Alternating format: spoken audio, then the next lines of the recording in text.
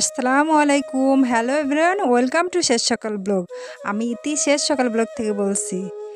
যে যেখান থেকে আজকের ব্লগটি দেখছেন, আশা করি আমার প্রিয় সকল আপু ভাইয়েরা অনেক ভালো আছেন, সুস্থ আছেন। আল্লাহর অশেষ রহমত এবং আপনাদের দোয়া আমিও ভালো আছি, আলহামদুলিল্লাহ। তো এই তো আজকে সকালবেলা ভিডিওটা আপনাদের সাথে শেয়ার করতেছি।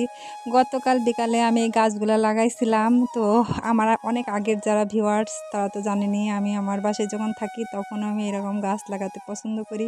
তো বাবার বাসায় আসছি তাই বলে গাছ লাগাবো না। আগেও আমি অনেক গাছ লাগাতাম বিয়ের আগে। তো বিয়ের পরে আর কে লাগাবে, লাগানোর মানুষ নাই। আমি তো পরের বাড়িতে চলে গেছি। তো এখন যেহেতু আমি দীর্ঘদিন থাকবো এখানে, এই জন্য ভাবলাম আবার গাছ লাগাই। তো এই গাছগুলো আমি সব গতকাল বিকালে লাগাইছি আর কি। এই যে মানি প্লান্টটাও মানে আমি নিয়ে আসাইছি, আমার ভাই নিয়ে এসে দিছে। সিঙ্গোনিয়াম মানি প্লান্ট এগুলো আর কি। তো যাই হোক, যে বিষয়ে কথা বলতেছিলাম, যে বিষয়ে কথা বলবো আর কি, যে টপিকটা নিয়ে সেটা মূল আলোচনায় চলে যাই।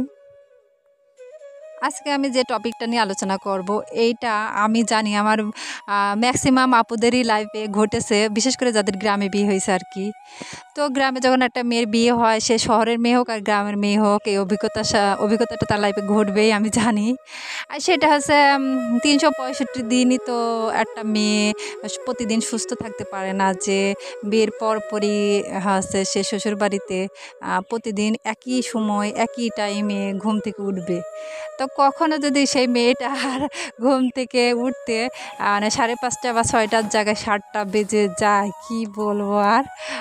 শ্বশুরবাড়ির মানুষের সাথে সাথে আশেপাশের কিছু মুরব্বি, দাদি নানি চাচি খালা আছে এরকম, তারা তো কথা মানে শ্বশুরবাড়ির মানুষ শোনাবে, তারাও শোনানোর জন্য মানে একটু কমতি রাখবে না, এই আর কি। সারা পাড়া হয়ে যাবে, ইস জানিস আজকে না অমুকের বউ আজকে ঘুম থেকে দেরি করে উঠেছে, ওরে আল্লাহ। আর একজন বলবে নবাবজাদি বিয়ে করে নিয়ে আসছে, নবাবজাদি ঘুম থেকে দেরি করে উঠে।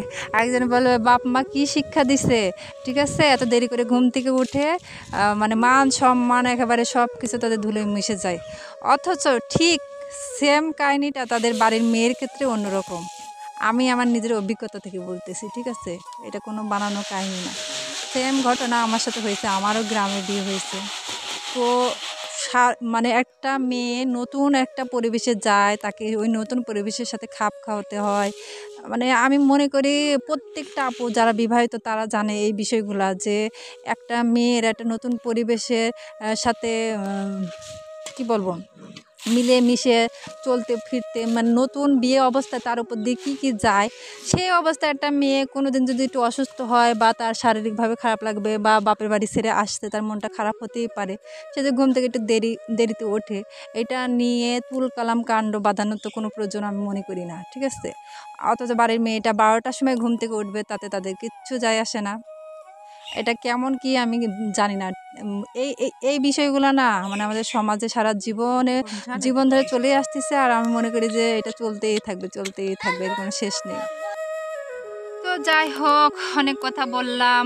আমার প্রিয় সকল আপু ভাইয়ারা, এই যে দেখুন কাঁচা আম এভাবে মশলা দিয়ে কারা কারা খেতে পছন্দ করেন। আমার তো খুব ভালো লাগে যে বিট লবণের গুঁড়া, মরিচের গুঁড়া এগুলো নিয়ে বাগানে এসে গাছের উপর, আম গাছের উপর বসে বসে আম খাচ্ছি, কি মজা। আল্লাহ, এই জিনিসটা আমার কেন যেন আম ভর্তা থেকে এভাবে খেতে আমার বেশি ভালো লাগে। আমি ভয় দিতে গিয়ে আমার মানে জিভে জল চলে আসতেছে। আল্লাহ। তার প্রিয় আপু ভাইয়ারা, কারা কারা আছেন এখনো আমার সাথে জানি না, যদি থেকে থাকেন একটি লাইক দিয়ে দেবেন আর আমার ফুল ভিডিওটি ওয়াচ করে দিবেন। আর যারা যারা অলরেডি আমার চ্যানেলটি সাবস্ক্রাইব করেই ফেলেছেন তাদেরকে অসংখ্য ধন্যবাদ, দোয়ার ভালোবাসা। আর যারা করেননি তাদেরকে অনুরোধ রইল, প্লিজ আপনারা আমার চ্যানেলটি সাব করে আমার পাশেই থেকে যাবেন বন্ধু হয়ে। তো এই তো বিকালবেলা চলে আসছি একটু ঘুরতে। ধান ক্ষেতের এখানে ধান কিন্তু পাকা শুরু হয়ে গেছে, আর এখানে স্যালো মেশিন চালু হয়েছে। ওই দিকে নাইমার মাহমুদার পানি তেষ্টা লাগছে, মাঠে ঘুরতে এসে ওরা পানি খেতে গেছে স্যালো মেশিনে। আর আমি হাঁটতেই পারতেছি না, ভেজা ভেজা আর পিচ্ছিল, শুধু মনে হচ্ছে এই বুঝি পড়ে গেলাম।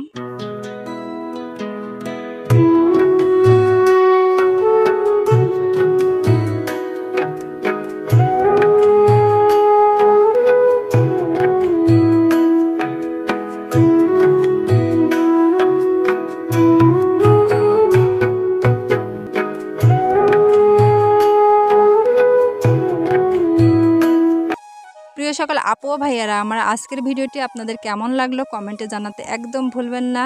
আর যারা যারা এখনও আমার বন্ধু হননি, প্লিজ বন্ধু হয়ে আমার পাশে থেকে যাবেন, আর কমিউনিটিতে একটু নক দিয়ে যাবেন, আমি ব্যাগ দিয়ে আসবো ইনশাল্লাহ। আর দেখা হবে নেক্সট ভিডিওতে। ততক্ষণ সকলে ভালো থাকবেন, সুস্থ থাকবেন। আল্লাহ হাফেজ, আসসালামু আলাইকুম।